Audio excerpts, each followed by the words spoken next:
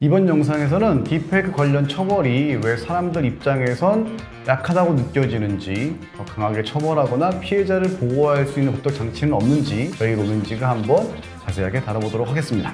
저희가 한 가지 말씀드릴 수 있는 건, 이렇게 로맨즈가 영상을 찍고 있다는 건 앞으로 잡히는 가해자들은 과거처럼 가벼운 처벌로 끝나지 않을 가능성이 높기 때문에 적발된다면 각오하시고 대응하셔야 할 것 같은 말씀 꼭 드리고 싶습니다.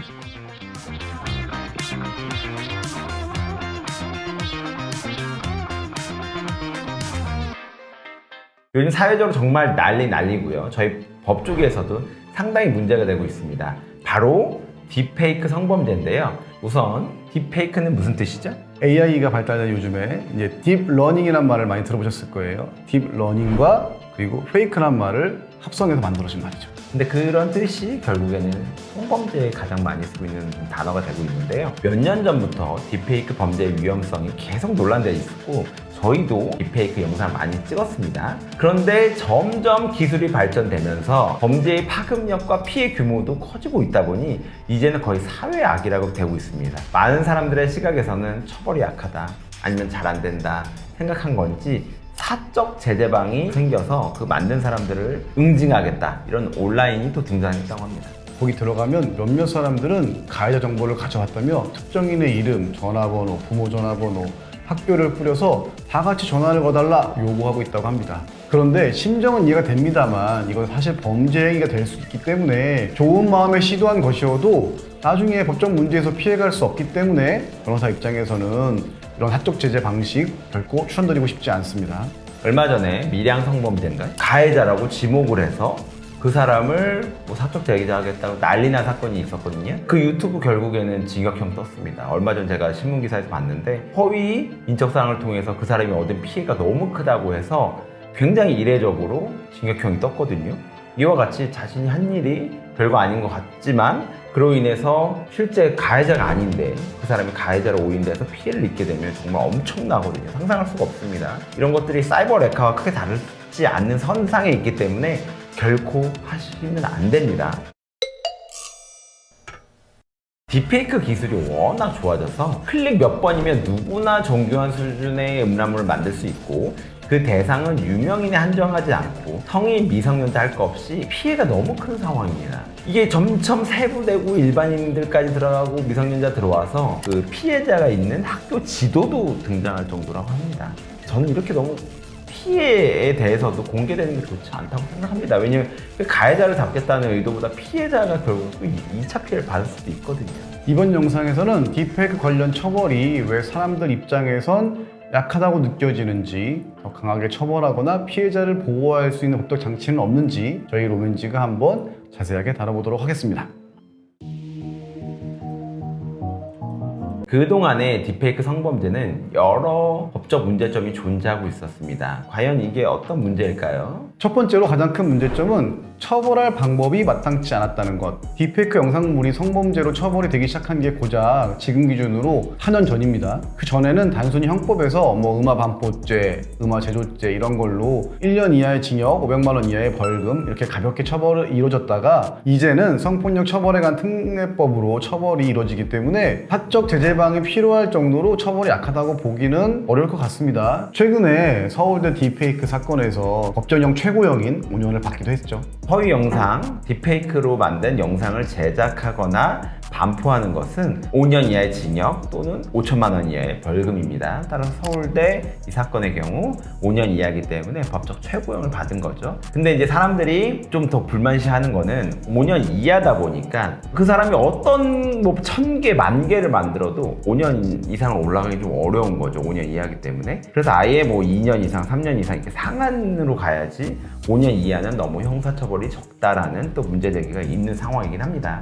두 번째, 이걸 어디서 만들고 유통하는가? 바로 해외 어플리케이션과 해외 서버입니다. 텔레그램이 보안이 강하다 보니까 여러 범죄에 많이 이용되고 있잖아요. 마찬가지로 이런 딥페이크 영상을 주고받는 채팅방, 돈 받고 제작해주는 채팅방, 이런 것들이 대체적으로 텔레그램을 통해서 이용되고 범죄가 이루어지고 있습니다. 그리고 이걸 만드는 툴도 해외에 있는 사이트들이 활용되고 있다고 합니다. 그렇기 때문에 범인을 추적해서 특정하고 검거하기까지가 상당 부분 시간이 필요했던 게 현실이고, 실제로 검거하지 못하는 경우도 더 많을 수 있어요. 다만 이제 텔레그램도 무조건 안 잡힌다고 볼 수 없기 때문에 그 이유는 저희가 뒤에 가서 다시 한번 자세히 설명드리겠습니다. 세 번째로 딥페이크 가해자 나이가 너무 어립니다. 보통 10대, 심하면 이게 촉법소년도 있어요. 이렇게 되면 성인과 동일하게 처벌이 이루어질 수 없기 때문에 피해자 입장에서는 가해자들 나이가 어리다는 이유로 그냥 보호 처분 받고 성인이 받는 정식 재판이 아닌 소년 재판에 회부될 가능성이 높으니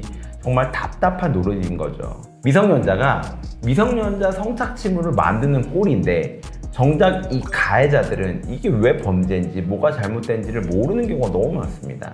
그냥 장난이었습니다 하면 다 해결되는 걸까요? 절대 아닙니다. 이 딥페이크 범죄는 진짜 심각합니다. 텔레그램을 보면 뭐 대학 겹친 채널, 중고등학교 겹친 채널 등 만들어가지고 피해자 사진을 불특정 다수가 볼 수 있는 곳에 업로드를 합니다. 그러면 누군가는 그 사진을 가져다가 바로 딥페이크 음란물을 만들어가지고 또 유포하게 돼버리니까요. 사회 각계 모두가 심각성을 느끼고 있고 대통령까지 나서서 뿌리를 뽑아달라고 할 만큼 이제는 뭐 걸리면 대충 처벌 조금 받고 말겠지라는 생각을 하시면 큰일 납니다. 정말로 법적으로 큰 코 다칠 수 있습니다. 딥페이크 성범죄는 사실 누군가에게 공유를 해야 처벌이 되는 걸로 알려져 있었는데요. 그래서 국회에서도 단순 소지나 시청은 물론 2차 가해도 처벌을 하는 조항을 입법하려고 현재 진행 중입니다. 대신 별도로 현행법에서 성적 목적으로 만들어진 딥페이크 영상을 갖고 있는 것만으로도 처벌을 받는 경우가 있습니다. 이런 예외적인 게 어떤 경우일까요? 당연히 바로 정문입니다. 아동 청소년 성보호법을 적용할 경우에는요, 배포 의도가 없었다고 해도 제작자와 소지자를 처벌할 수 있는데요. 최근 뉴스가 하나 나왔는데 어떤 학생이 딥페이크 영상을 SNS에 받아서 자기 친구한테 공유한 걸 걸려서 경찰은 성폭력 처벌 등에 관한 특례법에 따라서 허위 영상물 제공 혐의로 통치했는데 검찰이 아동 청소년의 성보호에 관한 법률의 성착취물 소지, 배포 등 혐의로 변경해서 기소한 사례가 있었습니다. 저희가 진행한 사건도 미성년자가 성착취물을 제작했어요. 근데 그게 허위 영상이었던 거죠. 어떤 거는 허위 영상으로 수사를 받고요. 어떤 거는 아동 성착취물 제작죄로 수사를 받아요. 통상적으로 미성년자가 미성년자 걸 만든 경우 허위 영상이 들어가는 경우가 좀 많은 것 같고요. 성년이 미성년자를 걸 제작하면 그거는 미성년자 성착취물 제작으로 보는 경향이 있는 것 같은데 이런 아직 기준이 마련이 안 돼 있습니다. 맞아요. 이 부분 되게 아직도 기준이 약간 미흡한 부분이 있죠. 왜냐면 미성년자 성착취물 제작죄는요 5년 이상이에요. 5년 이상. 5년을 시작으로 합니다. 그러니까 7년, 8년, 9년, 10년이 나올 수 있어요. 근데 허위 영상 제작죄는요 5년 이하예요. 5년 이하. 하늘이 두 쪽 나도 5년 이상이 나올 수가 없어요. 그러니까 얼마나 형량 차이가 커요. 어떤 법조문을 적용받냐에 따라서 하늘과 땅 차이인 겁니다. 아동 청소년 성보호에 관한 법률은 벌금형도 없죠? 없죠. 네. 근데 허위 영상은 있습니다. 근데 그게 5년 이하의 징역 5천만 원 이하 벌금이다 보니까 형벌에 있어서 적다는 의견이 많아요. 아무리 잘못을 해도 5년 이상을 못 받게 되는 거죠. 허위 영상 제작이 오히려 미성년자 성착취물 제작보다 더 나쁠 수도 있는 거거든요. 앞으로 수사 방향이 딥페이크 영상을 일종의 성착취물로 보고 수사를 하지 않을까 하는 예상이 됩니다. 적용하는 법조를 바꾸고 있는 추세이기 때문에 가해자들은 정말 엄벌받을 수 있고 피해자들 역시 조금 더 이런 가해자에 대한 처벌이 엄격해지면서 좀 마음의 위안을 받았으면 합니다. 저희가 한 가지 말씀드릴 수 있는 건 이렇게 루멘즈가 영상을 찍고 있다는 건 앞으로 잡히는 가해자들은 과거처럼 가벼운 처벌로 끝나지 않을 가능성이 높기 때문에 적발된다면 각오하시고 대응하셔야 될 것 같은 말씀 꼭 드리고 싶습니다. 딥페이크 피해자분들은 이걸 어떻게 신고해야 할지부터 막막할 것 같아요.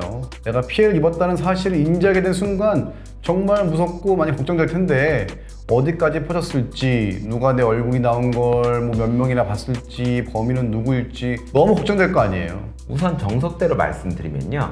가해자를 성폭법에 의거하여 고소하고 인터넷에 여전히 딥페이크 영상이나 사진이 돌아다니고 있다면 이것을 통제할 수 있는 법적 제도가 있기 때문에 빠르게 도움을 받는 것이 좋습니다. 그리고 가해자를 상대로 민사소송을 제기해서 정신적으로, 물적으로 피해에 대한 손해배상을 청구해서 받아야 합니다. 혼자서 고소를 하는 것도 불가능하진 않지만 관련 법조를 보면 범죄의 성립 요건이 생각보다 많이 까다롭습니다. 첫 번째로 반포를 목적으로 영상물을 성적 욕망 및 수치심을 유발할 수 있는 형태로 편집 가공돼야 되고, 두 번째로 합성 가공물을 반포하거나 배포해야 됩니다. 그리고 세 번째로는 영리 목적으로, 그러니까 돈을 받고 배포를 해야 범죄로 성립이 되는 건데, 그냥 고소했다간 이제 원하는 만큼의 처벌이 이루어지지 않을 가능성도 발생할 수 있으니까요. 피해자 입장에서는 원하는 처벌과 합의 결과를 얻기 위해서는 결국 법을 잘 알아야 되고 관련 사건 해결 경험이 있는 변호사의 조력을 받아야 합니다. 그렇다면 피해자가 어떻게 해야 되는지 저희가 하나하나 우선은 해보겠습니다. 내가 인터넷을 보다가 트위터나 아니면 텔레나 아니면 어디서든 나의 영상이 발견이 됐습니다. 그러면 그 즉시 112나 아니면 경찰에게 고소장을 접수해야 합니다. 그렇게 되면 미성년자의 경우에는 어떤 경찰청 단위 사이버팀에 넘어가게 되고요. 이 지금 사회적 문제가 엄청 됐기 때문에 경찰에서 가장 빠르게 움직입니다. 근데 지금 이거를 제작한 거나 유포한 사람의 IP를 잡아야 하기 때문에 이게 오래 걸립니다. 접수를 한다고 해서 뭐 3일, 5일 만에 그 사람을 잡아낼 수 있는 건 아니고, 트위터에 같은 경우에는 미국의 본사가 있기 때문에 국제 공조 수사를 받습니다. 근데 트위터가 딥페이크는 도움을 줍니다. 따라서 IP를 받고요. 그리고 나서 만약 그것이 갤럭시 아이디거나 아니면 어디 아이디거나 이런 경우 아이디를 통해서 그 아이디가 접속한 IP를 잡습니다. 그러는데 한 달 정도가 걸립니다. 그러면 이 사람이 접속했던 IP를 통해서 그 집을 특정하고 경찰이 빠르게 압수수색 영장을 가지고 가서 봅니다. 그리고 나서 PC, 핸드폰 모든 걸 다 압수하고요. 가면 곧장 그걸 뺏는 게 아니고 그걸 배포, 반포했는지 다 일일이 확인을 합니다. 그리고 나서 배포, 반포를 했으면 이건 다시 또 추가 사건으로 가고요. 현재 있는 사건에 있는 PC나 핸드폰을 모두 다 압수를 합니다. 그리고 곧장 포렌식을 진행해서 이걸 누구에게 보냈는지, 누가 샀는지 이런 부분에 대한 수사까지 확장하게 됩니다. 근데 이게 옛날에는 굉장히 느렸는데 지금 딥페이크가 굉장히 문제가 되고 있고, 오늘 여성가족부에서 장관에게 딥페이크에 대한 질의까지 할 정도로 사회적 물의가 되고 있거든요. 그래서 경찰도 굉장히 발빠르게 해주고 있기는 합니다. 하지만 이 IP 특정이 생각보다 오래 걸리기 때문에 하루도 빠르게 고소장 접수하고, 그리고 그 올라간 사이트가 국내라면 그 사이트를 통해서 빨리 지워달라고 요청을 하는 게 중요합니다. 많은 분들이 오해하고 있는 부분이 있는데, 텔레그램을 쓰면 결코 안 잡힐까요? 반은 맞고요, 반은 틀린 말입니다. 일단 텔레그램 대표가 프랑스에서 얼마 전 잡혔는데요. 왜 잡혔을까요? 여러분 아시나요? 지금 유럽은 디지털 서비스법이라는 것을 만들어서 올해 2월부터 시행하고 있다고 합니다. 간단하게 설명드리면, 디지털 서비스 업체는 사회에 위협이 될 만한 거 하면 안 되고 사용자를 보호해야 한다는 건데, 텔레그램은 유럽 내에서도 많은 범죄에 악용되고 있기 때문에 이제 그걸 방지하기 위해서 그 대표를 체포한 것으로 알려져 있죠. 영국만 봐도 온라인 안전법을 통해 딥페이크 기술로 제작된 불법 성착취물을 제작하거나 공유하는 것에 대해 형사처벌하는 것은 물론 그 플랫폼 운영자에게 불법 콘텐츠가 유포되지 않도록 조치를 취할 의무를 아예 부과해버립니다. 만약 이를 불성실하게 이행해서 의무를 위반할 때 형사처벌이 될 수 있도록 하고, 피해자들에게 업체를 대상으로 집단 소송할 수 있도록 하고 있습니다. 엄청 혁신적입니다. 우리나라도 이를 보고 최근 방송통신심의위원회와 텔레그램과 협력해서 텔레그램 내부에서 돌아다니고 있는 성착취물을 삭제하기 시작했다고 뉴스가 나왔습니다. 기본적으로 텔레그램 서버는 해외에 있고 텔레그램 측이 타국 정부에 자료를 주지 않겠다고 항상 말은 하지만, 이렇게 협력을 시작한 것으로 봐서는 이제 텔레그램이라고 해서 무조건 안 잡힌다는 보장은 없을 것 같습니다. 특히 경찰에서는 텔레그램 법인에 대해서 이권전 조사에 착수했다고 하는데요. 약간 보여주기식 아니냐는 뭐 의견도 있을 수 있어요. 하지만 그 어떤 수단으로도 딥페이크는 물론 온라인 성범죄가 발생하면 결코 쉽게 봐주지 않겠다는 것을 이제 앞으로 기대해 볼 수 있지 않을까 싶습니다. 딥페이크는 물론 온라인 성범죄로 인해 피해를 겪고 있다면 저희 로맨즈로 연락 주시면 관련 사건의 해결 경험이 풍부한 형사 전문 변호사가 고소 단계부터 모든 과정을 함께하며 법적 어려움과 고민을 풀어드리도록 해보겠습니다. 저희는 다음에 다른 영상으로 찾아오도록 하겠습니다. 지금까지 로맨즈의 시장법 변호사 남성진 변호사였고요. 영상 잘 보셨다면 구독과 좋아요, 알림 설정 부탁드립니다. 감사합니다.